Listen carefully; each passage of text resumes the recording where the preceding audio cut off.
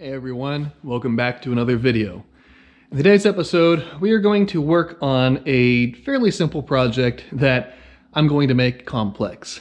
And it may seem a little bit illogical or crazy or whatever, but bear with me. If it works out in practice the way that it has in my head, it should be pretty cool when everything's said and done. So what we are going to do is build a weld-on mounting plate for my lift pump. So what this is a Weldon A600A fuel pump. This is the smallest pump that I'm aware of that Weldon makes, and the purpose that it is going to serve is it will be the lift pump or the feed pump from the main fuel cell in the rear of the Supra, feeding the fuel surge tank under the hood of the Supra that will, from the surge tank, will then feed the mechanical pump. So this pump's sole job is to make fuel go from the rear of the car to the front of the car. And you can see that it has these nice little T-bolt style clamps here with little holes in them that allow it to be mounted. So I could very easily drill into the frame rail and put some riv nuts in and make it work that way, but I do not want to do it that way. What I'm going to do instead is take this piece of aluminum sheet metal, aluminum strip right here that is, let's see, right about 3 5/8 of an inch wide and 3/16 thick, and I don't know the length, but that doesn't really matter all that much as it's obviously going to be cut. But what we're going to do is to build a plate that this pump mounts to, and this plate will weld to the side of the fuel cell. So that way it puts the pump in a nice position should I ever need to remove it for service. And it also consolidates that portion of the fuel system, meaning that if I can drop the fuel cell and the lift pump out as one unit if need be, nothing will be in the way of anything else. And that is by far the best way that I could think of to do it. So obviously the materials that we have are our A600A fuel pump. I have these, which obviously you saw the ICT billet logo there, and they're very well known for building parts for GM LS engines. I obviously don't have an LS engine, but what these are a set of 5 M8 125 threaded bosses. And you can see the nice little step they have here right where my index finger is. So these will allow fasteners to go through these holes in the mounting clamps, and these mounting bungs, or mounting bosses, will be welded onto this plate that we're going to make. And then the plate in its entirety will weld to the side of the fuel cell. So hopefully that makes sense, and we are going to get on with it. So I guess without any further ado, and before I ramble on for many more minutes, let me go ahead. I can get these unbagged so they are ready to go, and I can measure out my distance between the two clamps here, figure out what length that we need to cut our piece of aluminum sheet metal to, and we can start moving forward with the project. So let's go ahead and get after it.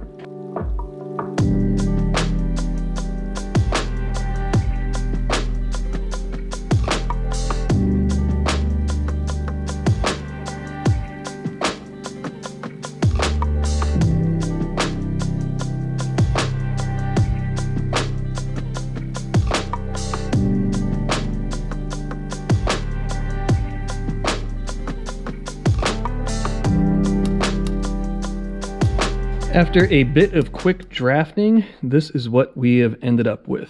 So we have all 4 of the hole locations that are center punched, and I got these as close as I could. As you guys saw, I did the old marker in the circle trick, meaning that I took my marker and literally drew around each one of these circles once I had the pump square onto the piece of sheet metal here. So hopefully these locations are close enough. I tried to get them, at least the center punches, as close to the center of each of my little holes as I could. It's always a little bit of a crapshoot doing it that way, but we'll see what happens. If this doesn't work out, then I have plenty of other sheet metal that I can make a version 2 of this plate if this doesn't work the way that I'm hoping it will. So beyond that, we have our center line marked, and we also have the center of the piece marked. So this is pretty simple so far, but the way that I'm going to make it more complex is I want to be able to weld in the center of this sheet as well. If for nothing else than my own pleasure, but my idea is rather than just welding around the perimeter of this, if I have the center cut out or a portion of the center cut out and I weld around that as well, it further pins this plate to the side of the fuel cell and might make it a little bit stronger or less likely for the different pieces to contact against each other and cause any issues that way. I don't think there would be a problem if I were to just drill these holes, weld the bungs in, and weld the plate on, but I want to make it a little bit more complicated, a little bit more intricate, so that's what we're going to do. So rather than just drilling a hole through the center with a hole saw or something along those lines, I want the hole to be oval. So a larger portion of the center of this plate will be cut out, and I think it will look really cool if it works out in practice the way that it is working out in my head. So we will, in a few minutes, see how that is going to happen. But first, I'm going to get these 4 holes drilled, verify their locations with the threaded bosses here, and get everything assembled as far as the pump goes. And from there, if all that checks out, we can move forward with making the oval hole in the center of the plate. And one thing I will say is extremely handy to get a hold of. I'm not sure if I've showed you guys this before or not, but one of these little drill guides. Now, this one is just from, or I guess it's a General Tools brand, which I believe I got this just at Home Depot or something along those lines. But what it is it has all different size holes from, I guess, 1/16 up there in the right corner to 1/2 in the bottom corner there, as well as their decimal equivalents. So the reason that this is so handy, I guess here, we use our new V-block that we made in the last video. You can take something like this threaded boss, where I don't know what the dimensions of it are, and you can literally guess and check until you find a hole that your piece will slide into, which in this instance, it looks like we are going to be going the whole way up to 1/2 inch for this threaded boss to fit the way that it needs to. And this is very, very handy to have for any hole you need to drill that is a dimension that you are not aware of.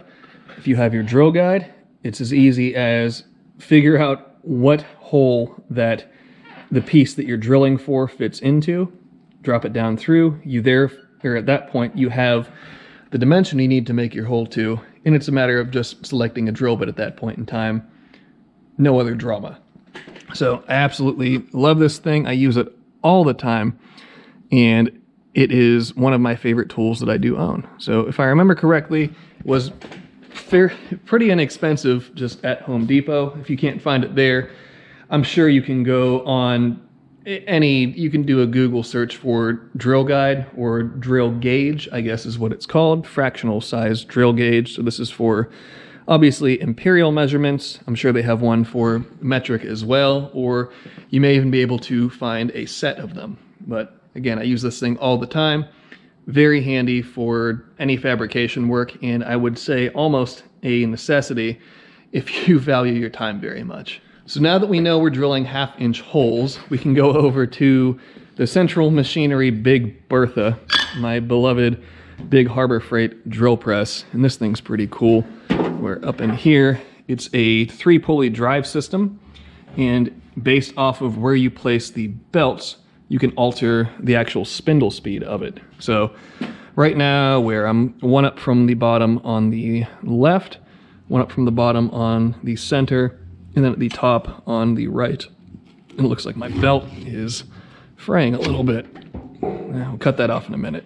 But that would equate to, let's see, 320 RPM. And this is the speed that I use for just about everything. Right or wrong, it's just what I use for this. And I found that to be a fairly good do-all spindle speed for aluminum, stainless, mild steel, so on and so forth. It's nice to be able to have the adjustability of all of these other different speeds. I mean, you can go from 180 RPM all the way up to 3,865 RPM, which I've tried to do that once before, and it kicked the breaker as it was drawing a ton of amperage to try to make this thing spin that quickly. But we'll stay at 320 RPM for today at least, and I'll go ahead, get these 4 holes punched, and then we can go ahead and test fit for all that as well, and we can focus on the center oval hole, and I'll show you guys how I'm going to do that in just a little bit.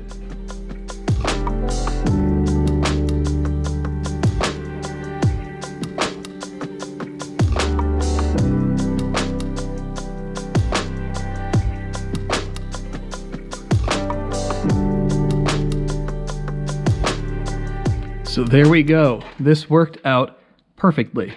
So if you're doing the hole tracing method for bolt hole transfer, flange transfer, bolt pattern transfer, I guess would be the umbrella term for it.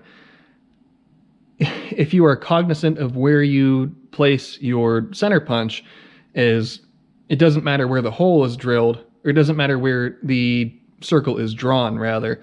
It matters where the center punch is made and where the hole is drilled.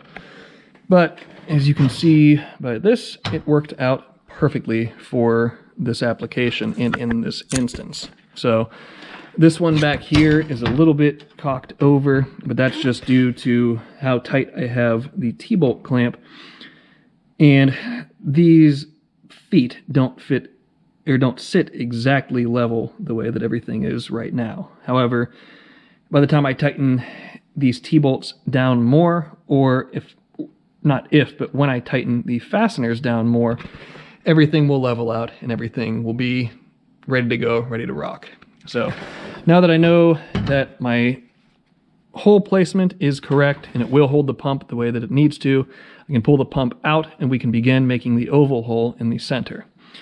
So if you have any guesses, I guess run those through your head real quick, or if you know how I'm going to do this, then just keep it to yourself for the time being, and let's see at least the best way that I can think to make this big oval hole in the center with just the basic tools that I have around here. And I don't have a mill, I don't have anything fancy like that.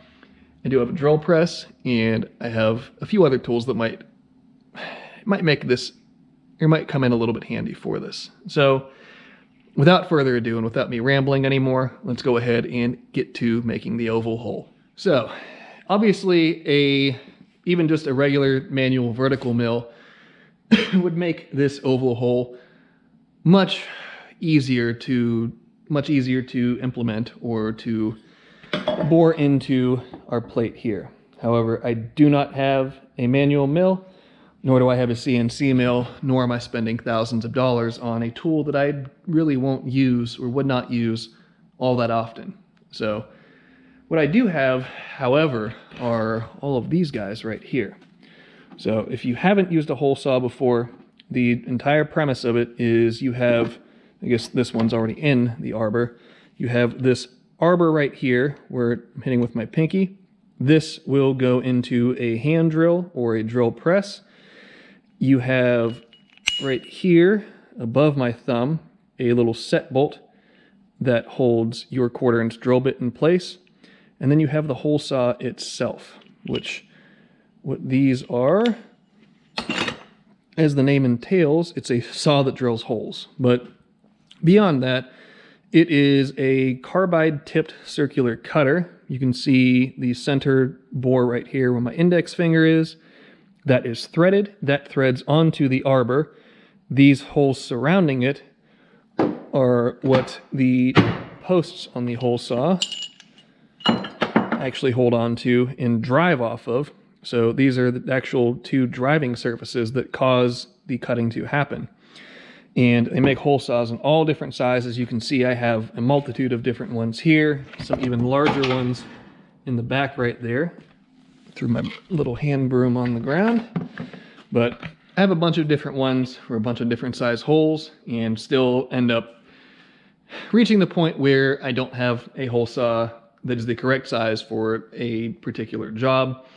However, I digress, and we're going to find a hole saw in this plethora of them right here, or the litany of hole saws that I do have, that will work to make the center hole on our pump mount. So let me go ahead, and off camera I'll go through a couple different options, figure out what I will like the most, and from there we can go ahead and put a couple of center punch marks on that center line, and we'll talk about how you take a circle and make it an oval. All right, so I think I settled on this 2-inch hole saw that will be our weapon of choice for making this oval hole in the center of this plate. Now obviously a hole saw is designed to drill a circular hole, as you can see obviously by its circular shape. So I can't take this and run it as a milling bit or something like that, but I can drill multiple holes. So what we are going to do, I'll place the hole saw on the center line. I will mark out the center of one hole. I'll mark out the center of a second hole, that these will be spaced equidistantly from our receiver holes for our threaded bosses. And I'll determine if I can place a third hole on the actual center point of this plate. And from there, I will drill 1, 2, and potentially 3 holes. And that will serve as the basis for our center oval hole. However, that will not, or it will leave little portions of aluminum, little hangovers from where one hole ends and the other one begins. At that point, what we'll do is come in with the angle grinder or some other cutting tool and cut those little tails off, then tailor them up, trim them up, make everything about that center oval hole look nice. And at that point in time, the center oval hole will be completed, and we will be ready to weld our threaded bosses in, and this plate essentially will be completed at that point, aside from welding it to the fuel cell itself.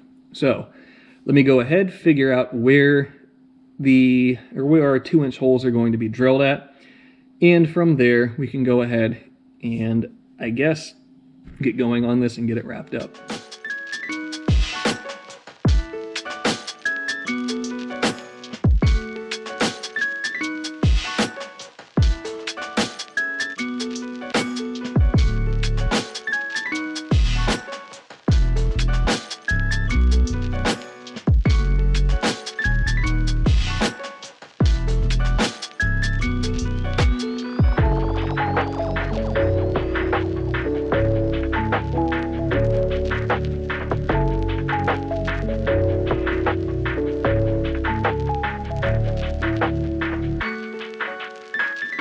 So the hole drilling was pretty uneventful, which is certainly a good thing. And here's what we are left with. So you can see where I drilled the 3 holes, and these areas right here are the tails that I was talking about. So at this point, it's pretty simple and pretty self-explanatory what we do. We're going to lay a straight edge across and figure out where the peak of each of the holes is, and then simply scribe a line across. And from there, I can go with an angle grinder or any other cutting apparatus or cutting tool that I would choose to use. I'll more than likely end up using the angle grinder, but I'll go ahead and I can trim those tails off. And then from there, I can come in with a carbide, and then I guess probably just a carbide, since this will be getting welded on the inside. But if it were not, I come in with a cartridge roll or a flap disc or flap wheel, something along these lines right here, and I would smooth out the inside and make it look pretty and presentable. However, being that it's going to be welded on the inside, I don't really care that much about the surface finish of the inside of the hole if it's going to have a weld put over top of it. So let me go ahead. I can mark out the 2 lines, the 2 cut lines. We can get those cut, and then this will be completed aside from welding our threaded bosses into the plate.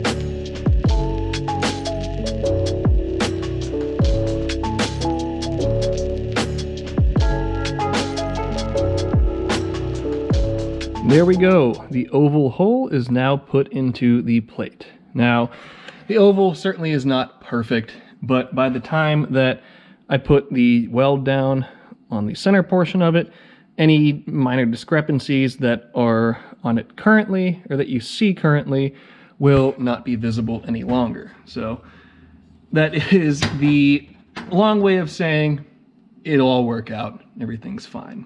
So now we're at the point where I can take the threaded bosses and weld them onto our little mounting plate. And I pulled out this piece, giant piece of 3/4 inch thick, not aluminum, but steel plate stock. And if you see the pattern that is burnt into it, this is actually the plate that I had made for the intake manifold on the Supra. It's the head flange plate for that.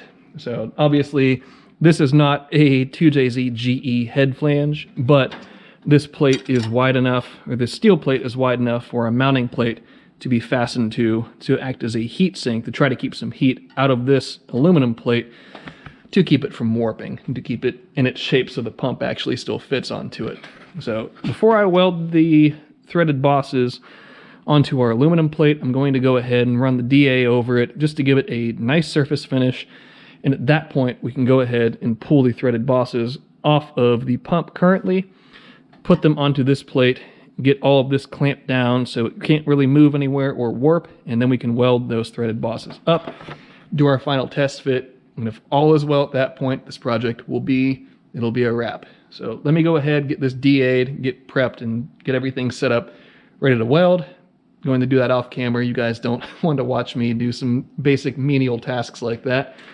And at that point, we can get to welding and start wrapping this project up.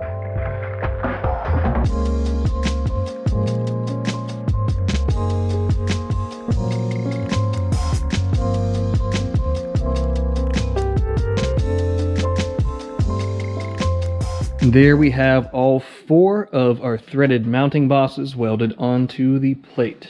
So this actually welded pretty nicely, and the plate did its job. I mean, I don't get until about there with my index finger before it starts getting a little bit toasty. So this plate did its job, keeping heat out of the plate, or out of the mounting plate at least. And you can see by my array of clamps on here that by the time this is cooled down, it should be nice and flat still and house the pump perfectly fine. So let me go ahead and wait for a little while, wait for this piece to cool down, and at that point can pull it off of the heatsink plate and make sure that the threaded boss locations still fit after welding to the pump. And if all is good there, then this project I can label it a success at that point in time.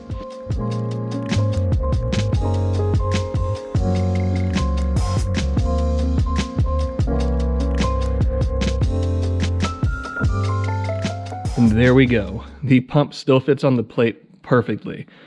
So I have 3 out of the 4 bolts in place.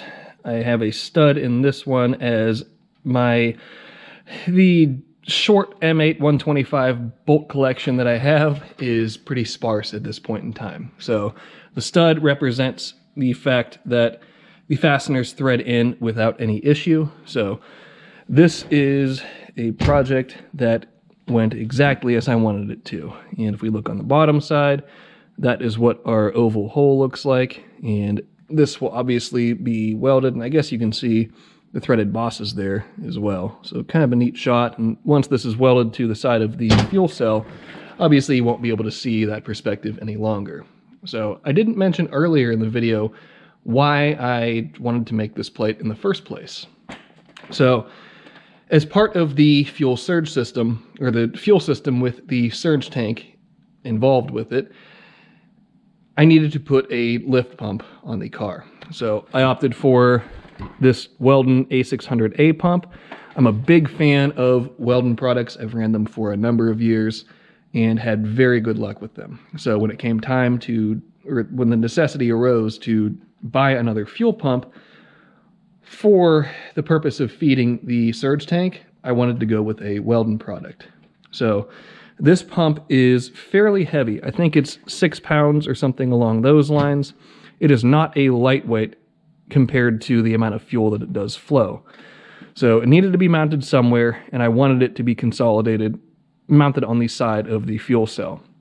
However, with this being the weight that it is, I did not want to just weld threaded bosses onto the side of the fuel cell, as that is consolidated force, and by the time the car is running and vibrating and you have G-force acting on things, I didn't want to have all of the weight of this pump consolidated onto just these little footprints of these threaded bosses.